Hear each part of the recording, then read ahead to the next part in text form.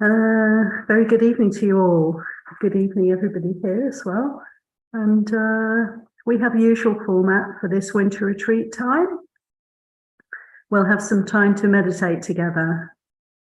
First of all, 40 minutes or so. I'll give a little bit of guidance at the beginning of the meditation session and kind of leading into the subject for this evening, which I'll be speaking about after the meditation. I won't tell you what it is. We'll see. Keep you in suspense. Some of you might be able to guess, those of you who've been following the Satipatthana Sutta teachings, but it doesn't matter whether you know or not. We'll just begin. So let's start with our meditation practice. Please make yourselves comfortable. And however comfortable you can be, have an upright posture. Seated perhaps in some way.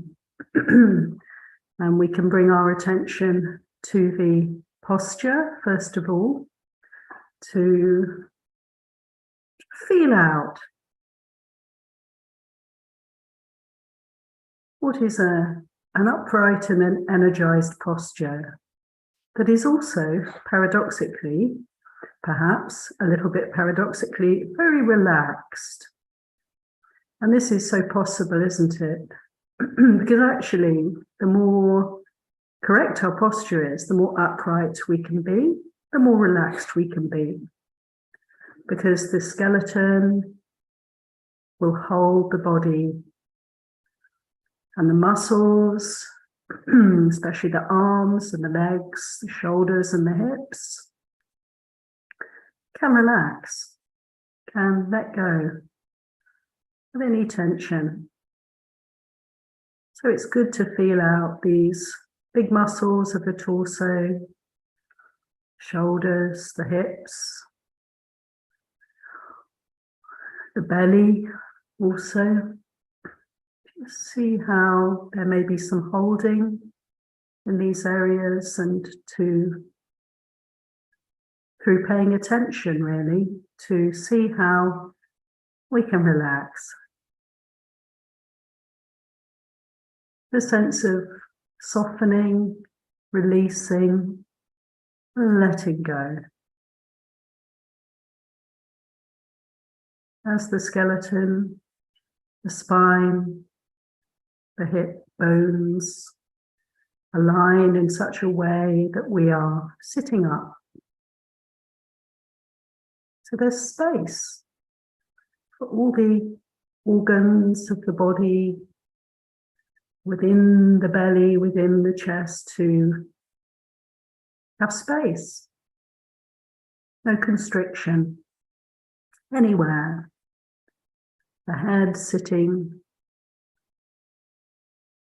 in a relaxed, upright manner at the top of the spine. So we would be looking ahead if we had our eyes open.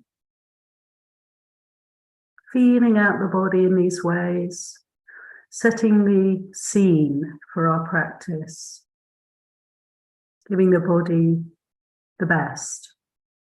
And so also enabling the chitta, the mind, heart, to be alert, attentive, present.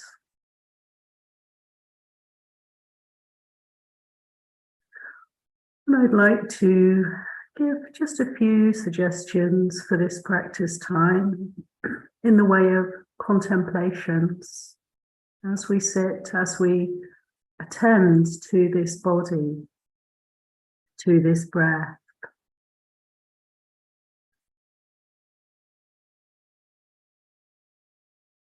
I would like to invite you to just consider, as we sit, the concept of time, the passage of time in relation to this body. Aging is such a slow process that it's often indiscernible moment to moment. But if we consider year by year how these bodies change,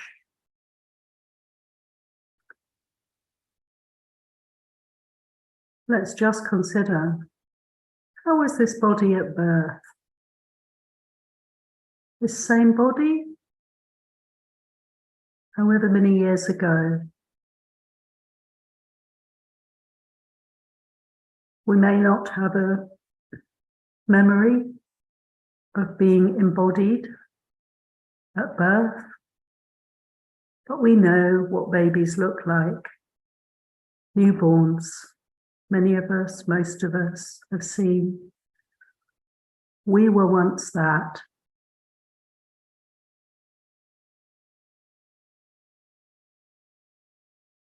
Is there anything in this body that remains from that time?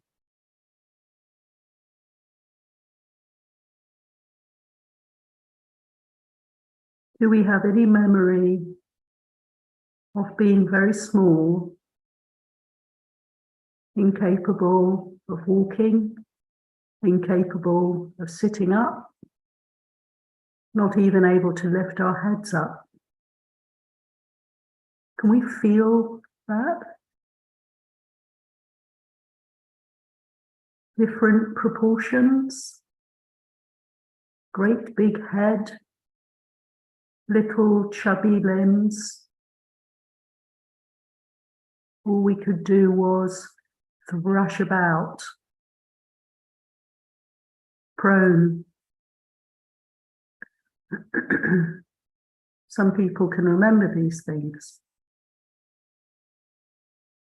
But whether we have a physical, visceral memory or not, we can consider this body through time.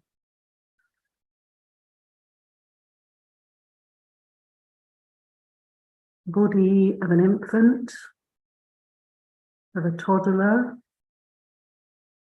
Can we remember those first steps? Or having to pull ourselves up and hold on to things to stay upright?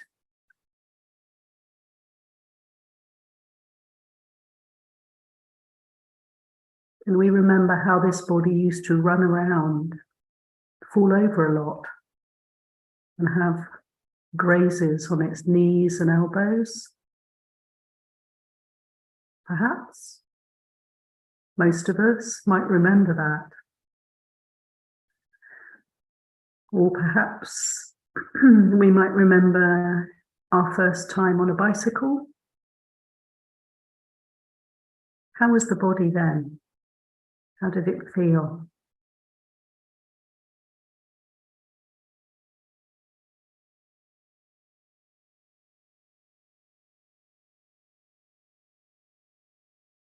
We may recall learning to swim. What was it like before we could swim?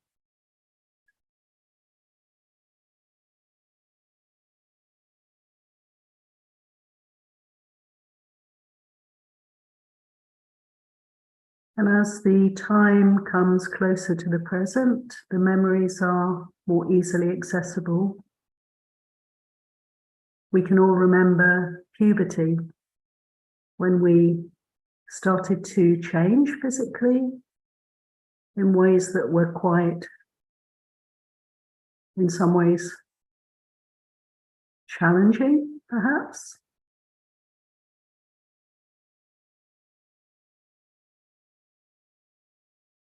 Getting used to having sexual bodies. And how was that?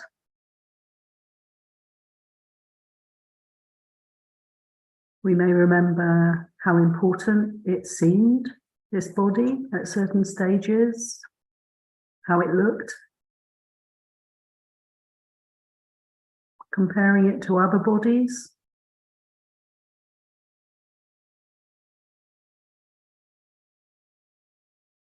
this child body, this teenage body, is there anything of that left?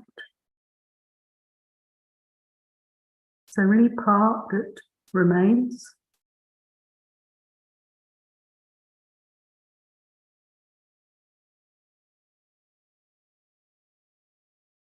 Can we remember the older ones here when our bodies moved without great effort or discomfort? We could jump and run, no problem, lots of energy. When our fingers were straight, our knees were healthy.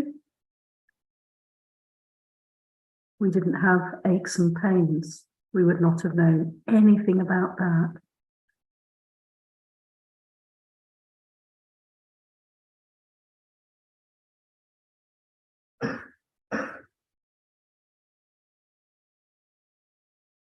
And I'd like to invite all of us to just cast the mind forward in time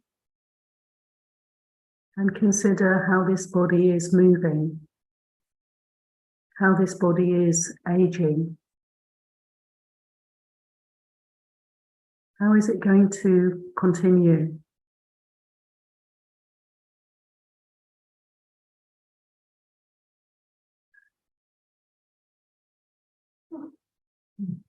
For some, it's a practice of imagination. It's for a few moments to imagine how it might be to have an old body.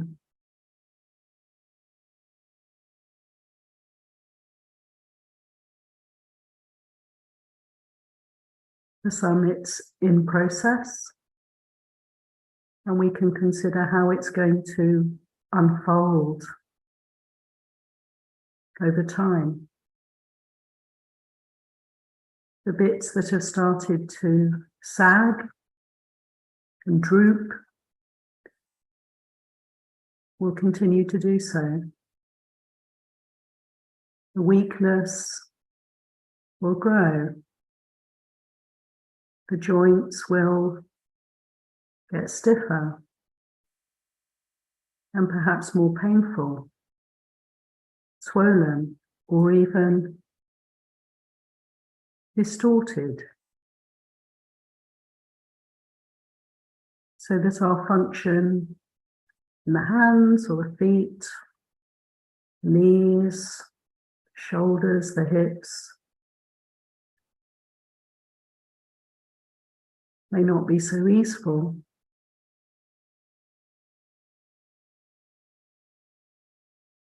The skin is changing.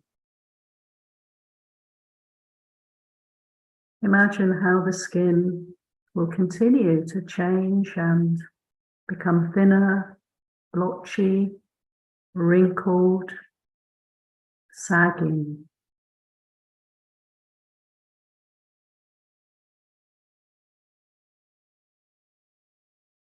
Consider this body.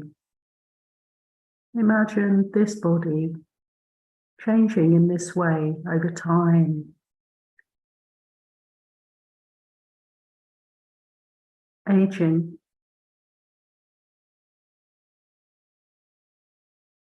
The hair will perhaps become thinner, be dropping out in places, changing colour.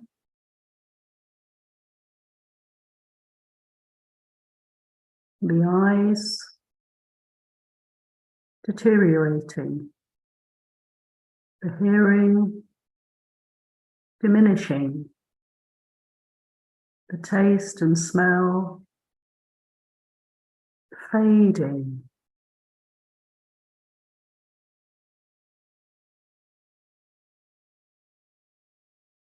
Perhaps our ability to balance may decrease. Our ability to move about may become more limited. And our reactions slower. And our posture may become less upright.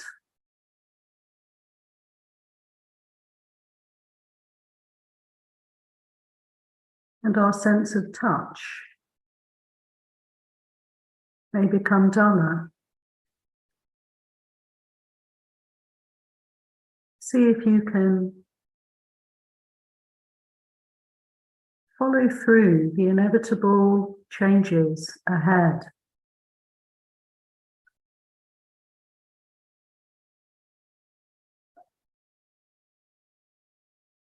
And consider the mortal nature of this form, that it is inevitably going to cease, to pass away, to die.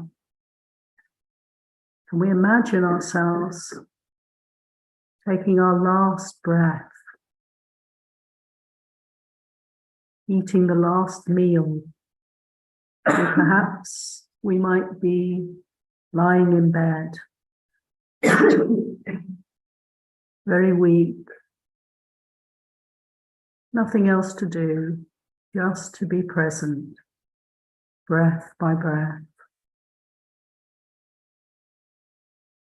Maybe the extremities getting colder, the heartbeat getting weaker, the breath becoming slower or more shallow or changing in some way or other. This time will come for us.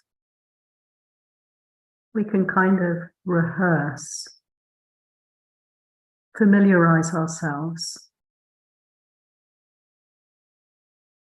take this opportunity to contemplate this body through time.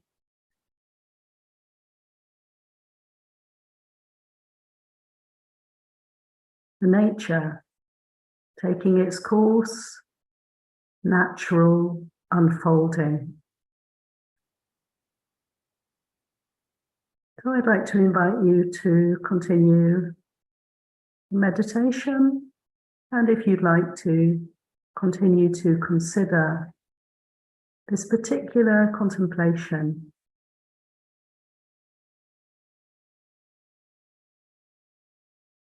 to really feel out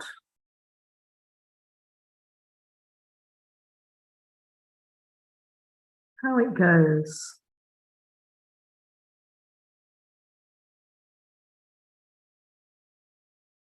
How it is now, where it's come from, and see the fullness of this cycle.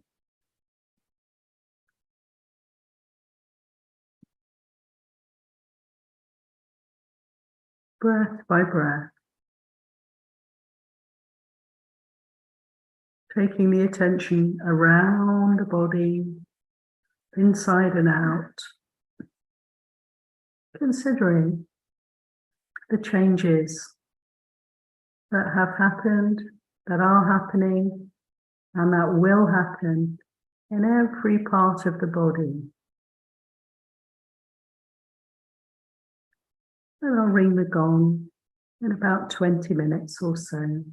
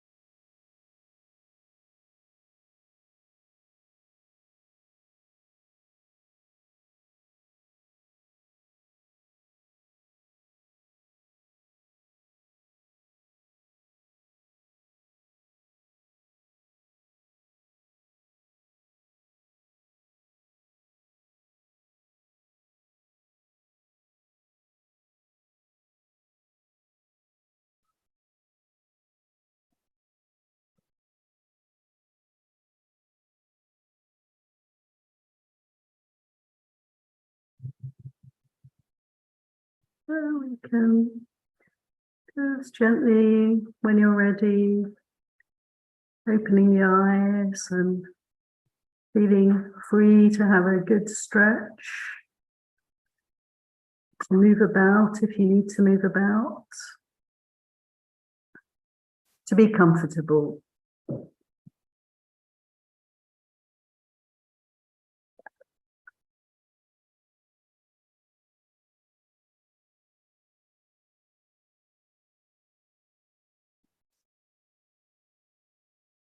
And I'm going to share some words on Dharma next. I've been asked to make a couple of dedications this evening. For our time together, let's dedicate our practice to Master Xin Yung from Taiwan, who passed away recently. He was the founder of Fo Guangshan monasteries in Taiwan.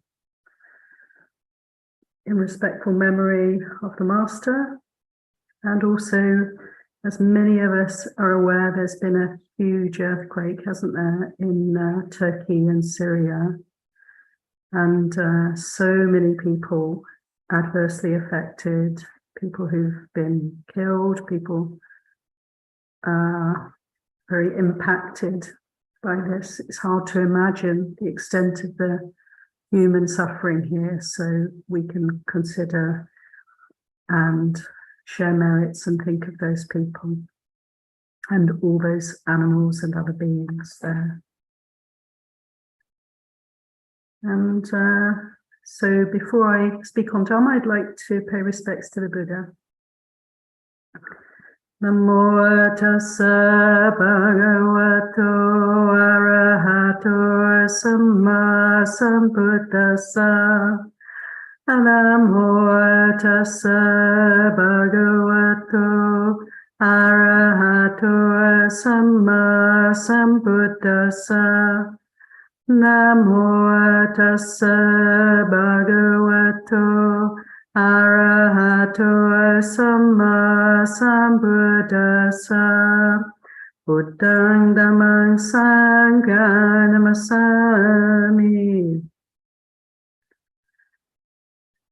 So we've been moving through, slowly but surely, the Satipatthana Sutta, great teachings from the Lord Buddha. And we've reached the point where we're still in the Kayanupassana section. As you know, we're observing the body in all different ways. And on Sunday evening, Ayatollah Loka gave a wonderful teaching about the refrain, which comes after every contemplation the Buddha gives us. There is the same refrain. I couldn't possibly add to her teachings, but I do recommend tuning in. Anyone who missed that great talk on Sunday night, which really gives a lot of understanding of how to practice these contemplations given to us by the Buddha.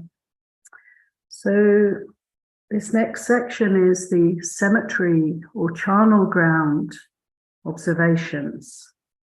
And I think the best thing I can do for those who may not be so familiar with the sutta is to read a little bit from the Satipatthana Sutta to impart what it is that this teaching is about. So this is another way the Buddha has given us to consider the body, contemplate this body.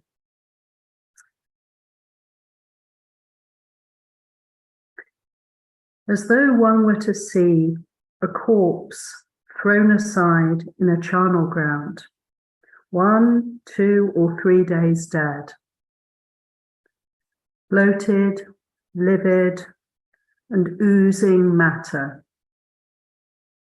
We can compare this same body with that. This body too is of the same nature. It will be like that. It is not exempt from that fate. In this way, we can abide observing the body as a body, internally and externally, arising and passing, abiding independently, not clinging to anything in this world. This is how we abide, contemplating the body as a body. And the Buddha goes on describing for us the various stages of decay, the changes that happen in the body, this body, after death.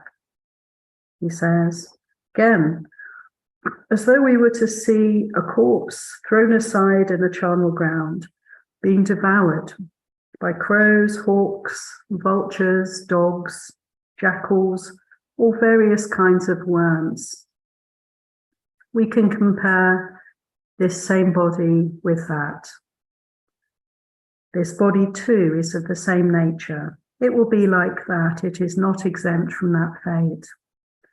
The Buddha goes on to describe a skeleton then will remain with flesh and blood held together by sinews, which becomes a fleshless skeleton, smeared with blood, held together with sinews, which becomes a skeleton without flesh and blood, still held together by sinews, and lastly, disconnected bones, scattered in all directions, a hand bone there, a foot bone here a shin bone, there a thigh bone, here a hip bone, there a back bone, here a rib, there a breast bone, here an arm bone, there a shoulder bone, a neck bone, a jaw bone, a tooth over there, and here the skull.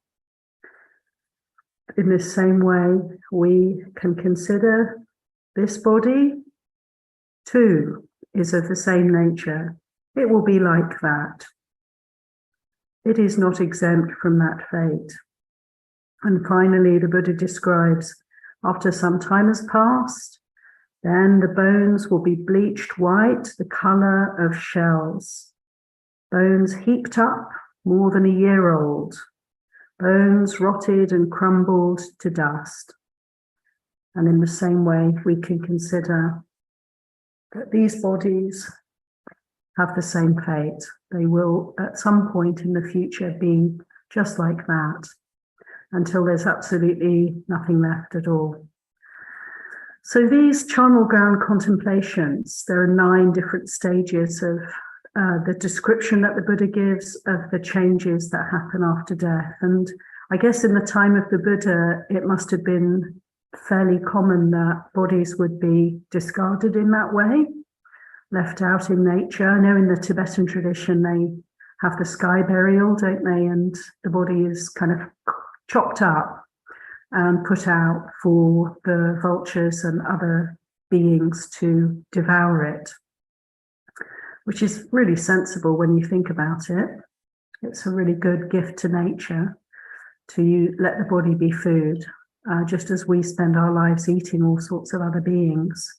Even if we're vegetarian, then when the body passes away, how nice, how generous to share it as food for other beings.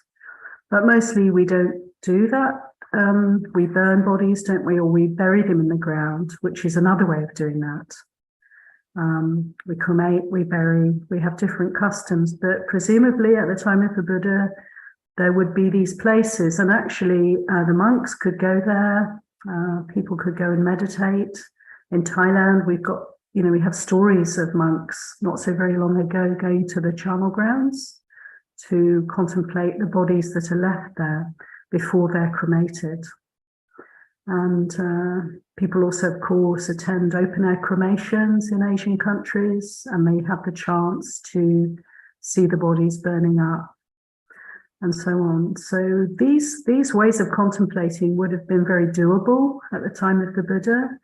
And for us today, it's not so easy, especially in the West, because often these processes are kind of very discreetly done. We don't like to really look at or be around dead bodies. And in some ways that's natural, and also maybe we miss out to some extent, don't we, because we kind of hide these things away, and we don't have the chance then to do this kind of contemplation or to have these kind of experiences. So this is a really valuable teaching here in the Satipatthana Sutta for us to consider. And just as in the guided meditation, I was trying to encourage this sense of really trying to bring these contemplations home.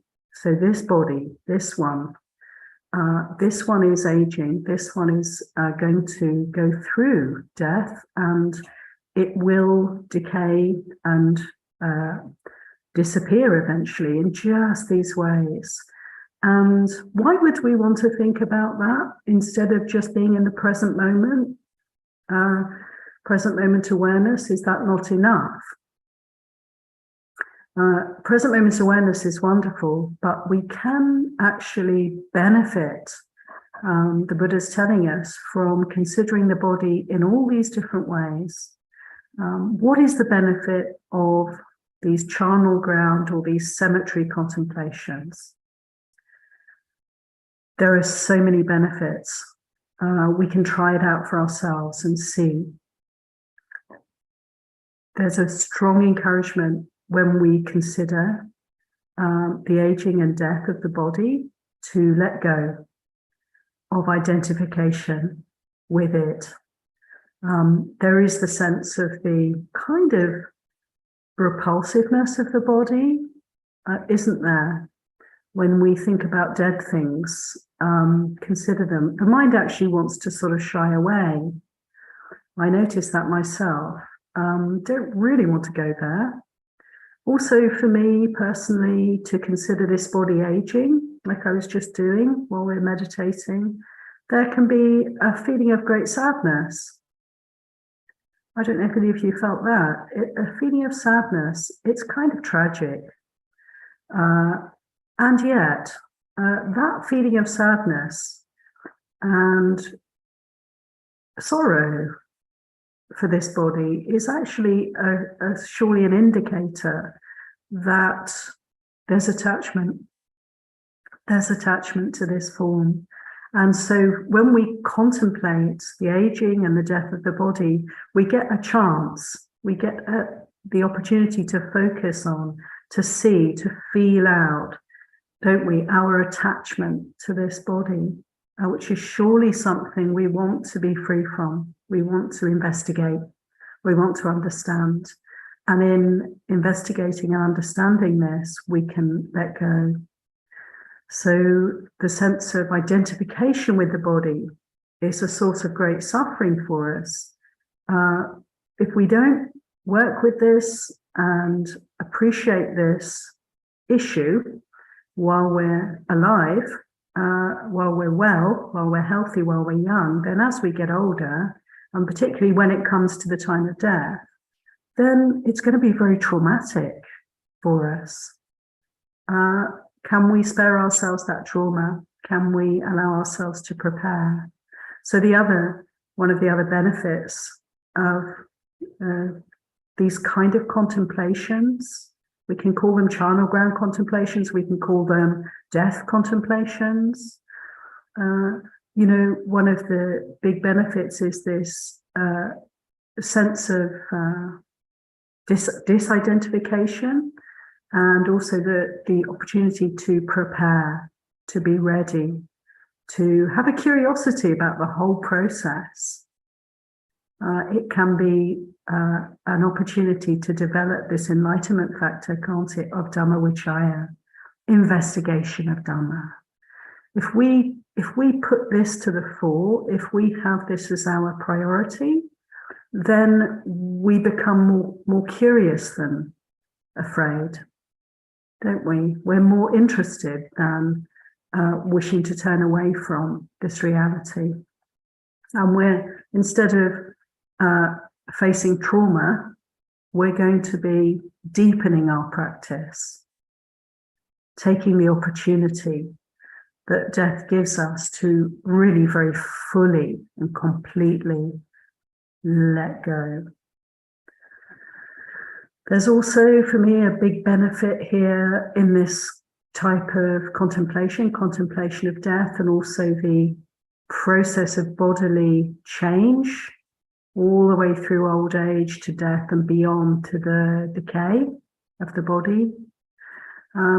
It is a great remedy for sense desire, isn't it? Just like the 31, 32 parts of the body contemplation, where we divide and dissect the body up into all its components and just look at them all individually and assess. What's this really like? What's this kidney really like? Is it mine? Do I want to identify with it? Is it beautiful? And so forth. In the same way, when we consider the aging and death and decay of the body, we can really work with very skillfully with sense desire and see right through it. Let it go. It helps us to calm down if lust and desire and passion are issues for us.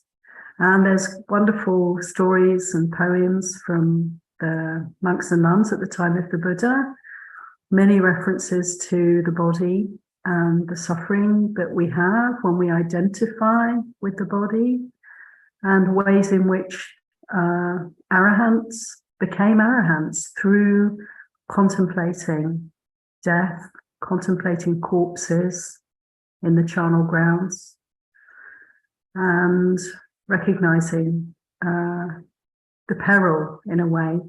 The peril, not the peril of dying, not the peril of death, but the peril of attachment to the body. Death is natural, of course. Death, in a way, doesn't exist for us. If we don't identify with this body, then death is not an issue for us. It's not a problem for us. If we don't identify with the five khandhas, I should say. If we don't identify with the body, we can be a lot more peaceful around death, a lot more curious, a lot more ready to open to the next thing, and the next thing, the next moment, and the next moment. If we can disidentify with all five khandhas, so that by that I mean the body and also the mind, then there's nothing to fear, because we understand that there is no death. There is nothing that dies, because nothing was ever constructed. If there's no constructions, then there's nothing to die. And to realize this is to appreciate the deathless, isn't it? And we're all moving in that direction. And these types of contemplations take us there. So to see where the mind wants to shy away from the truth of death, of decay, of aging, these contemplations are to show us where there's anything that's still dukkha for us, anything that's still holding on, anything that's still identifying with this body and with this mind. So we have a chance to prepare. That's the other thing I feel very much is of great benefit in these charnel ground contemplations, to really come home to our situation here, to prepare, to live in such a way that we are ready. What does that do to the mind, to consider that death could come at any time? The Buddha invited us not only to do these charnel ground contemplations, but also to again and again reflect that this breath could be our last, that this mouthful of food could be our last. So the imminence of death is something also that the Buddha really encouraged us to develop. So as Buddhists, we are working with, appreciating and letting go of that natural reluctance to remember, to consider, to appreciate our trajectory here, the trajectory of this body, of this life. And we get to open up to the bigger picture, don't we? The bigger picture, the gigantic planetary recycling plant. We've got quite good, or to some extent, we've got good at recycling things, haven't we? So we have the concept of, I use this thing, I put it somewhere, and then it gets reused. It gets reformed in a way that it can have another use, another purpose. I'm not just chucking it over my shoulder and forgetting all about it. Actually, we still behave like adolescents mostly and do just that. But there is a little bit of recycling that happens, and a little bit of care nowadays, isn't there, with all the stuff that we use.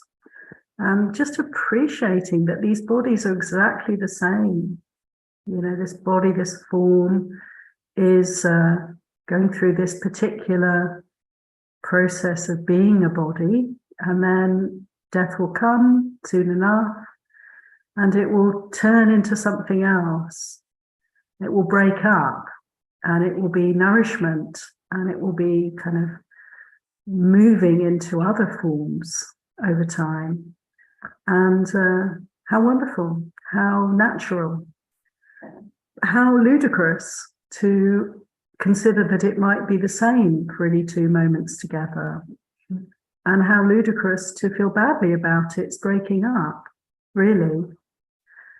We can consider in this way, this letting go. Even if we haven't let go of this body and identification with this body, we can certainly recognize it when we do these charnel ground contemplations. See what they bring up for you. When we consider that death could come at any time, how does that feel? What's the feeling? Is there a feeling of fear? Is there a feeling of grief? Is there a great big no, feeling of resistance? This is our Dharma then. This is the food for contemplation.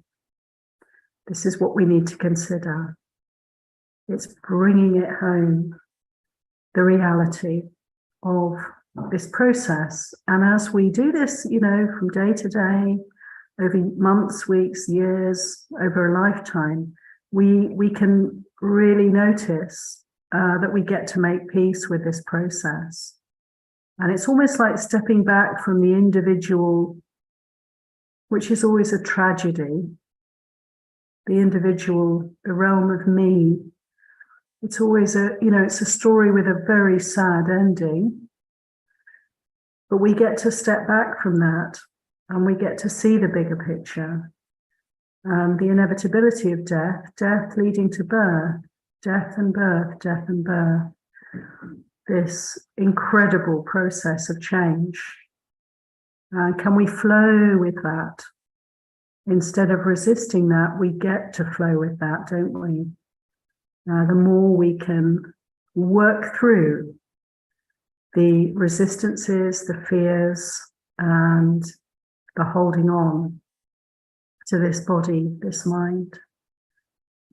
So I really encourage everybody, to make much of these teachings of the Lord Buddha, make much of the contemplations on the body parts, the 31, 32 body parts, the contemplations on the elements, breaking up the body into its constituent 4 great elements or 5 great elements. And these charnel ground contemplations, which are often kind of skimmed over, not considered very much because, well, it's not like that anymore. We don't have those charnel grounds. We don't get to see corpses yet. We don't need to. It's actually quite good to seek out such opportunities, but we don't need to do that. We just want to bring these contemplations to this form and allow the imagination to come in to just to the extent that we're allowing ourselves to relate to the reality of this body through time and allow that to inform us. So these are just some reflections on body awareness and Charnel Brown contemplations and how we can kind of integrate the two, you know, to make it real for us. So it's not something out there. It's actually quite helpful as well, just to point out that yes, it's good too, as the Buddha told us in the Satipatthana Sutta, to consider this body and to consider all the other bodies, all the other beings. And yes, we can bring this in also, because actually it's almost more natural for the mind when we consider death and decay to think of others, because we may have experienced the death of a loved one or a pet or, you know, a family member. And often the mind will actually kind of almost strangely prefer to be with that than to be with the possibility of this one's demise. But actually the Buddha encouraged both, didn't he? So to really bring these contemplations home for this body, but also, yeah, we can reflect and we can learn so much from our experience of loss of the other, death of the other. There are some practitioners who will use, you know, any sight, any experience of death in nature around us, small beings, animals, plants, flowers on the shrine, and so forth, all these things. Constantly, if we look around, we're seeing dead things, we're seeing things decaying. To use those experiences as well to keep coming home to this aspect of the recycling process. And yeah, when we experience death of loved ones, how powerful this is for us, emotionally, physically, psychologically, on every level. The impact can be very great, can't it? And all of this is an opportunity for us to investigate Dharma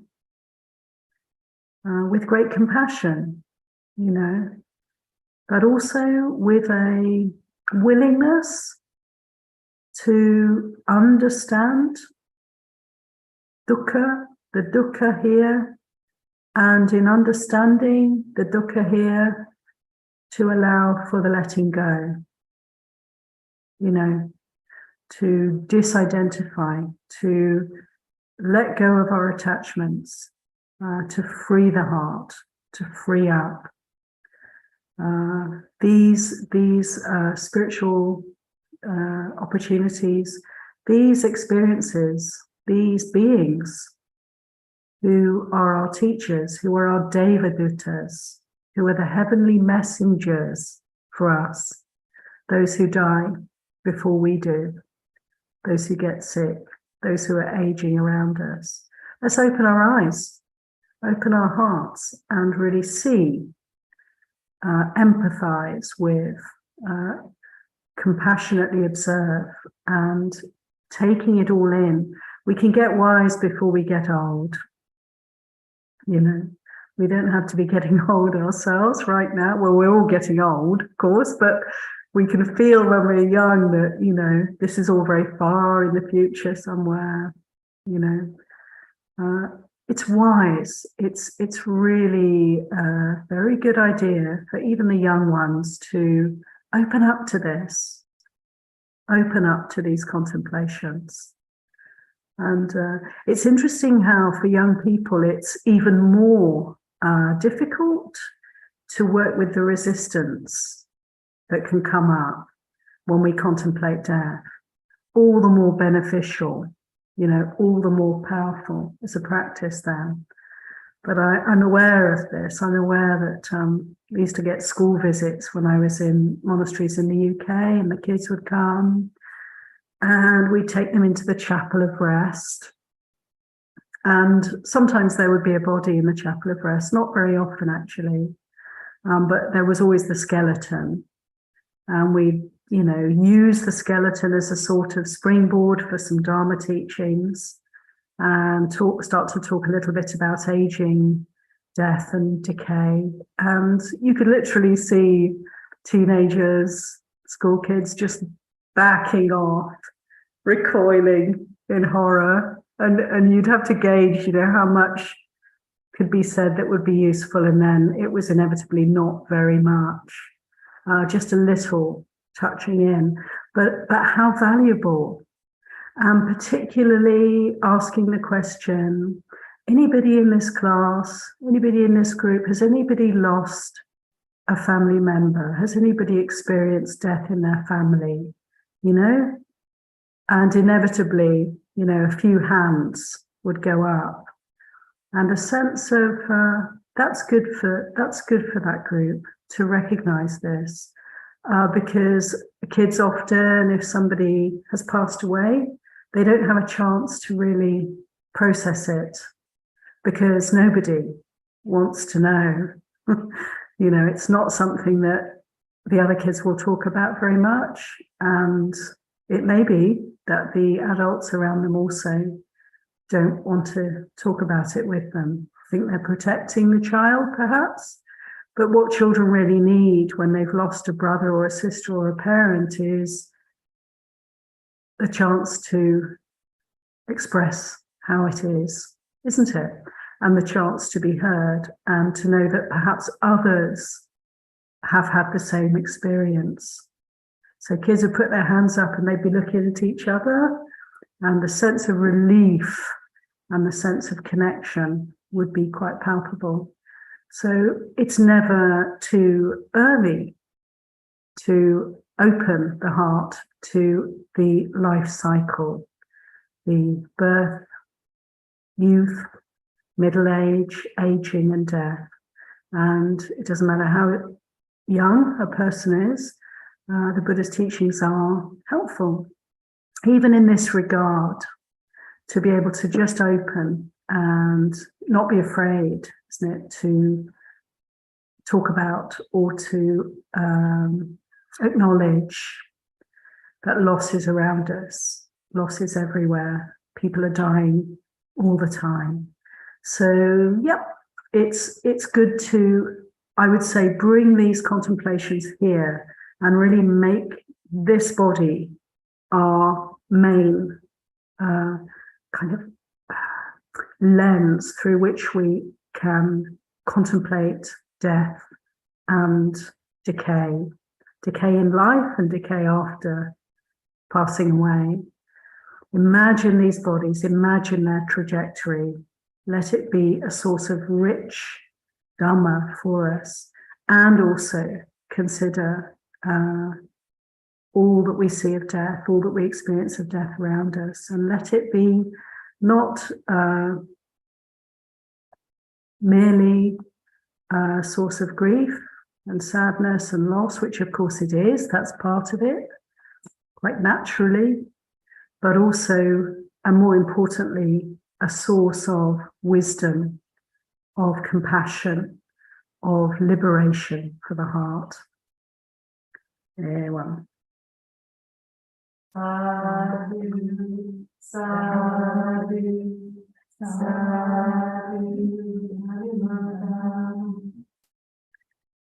So thank you everybody for your patient listening, and I'm now going to stop the live stream, say goodbye to everybody watching on YouTube.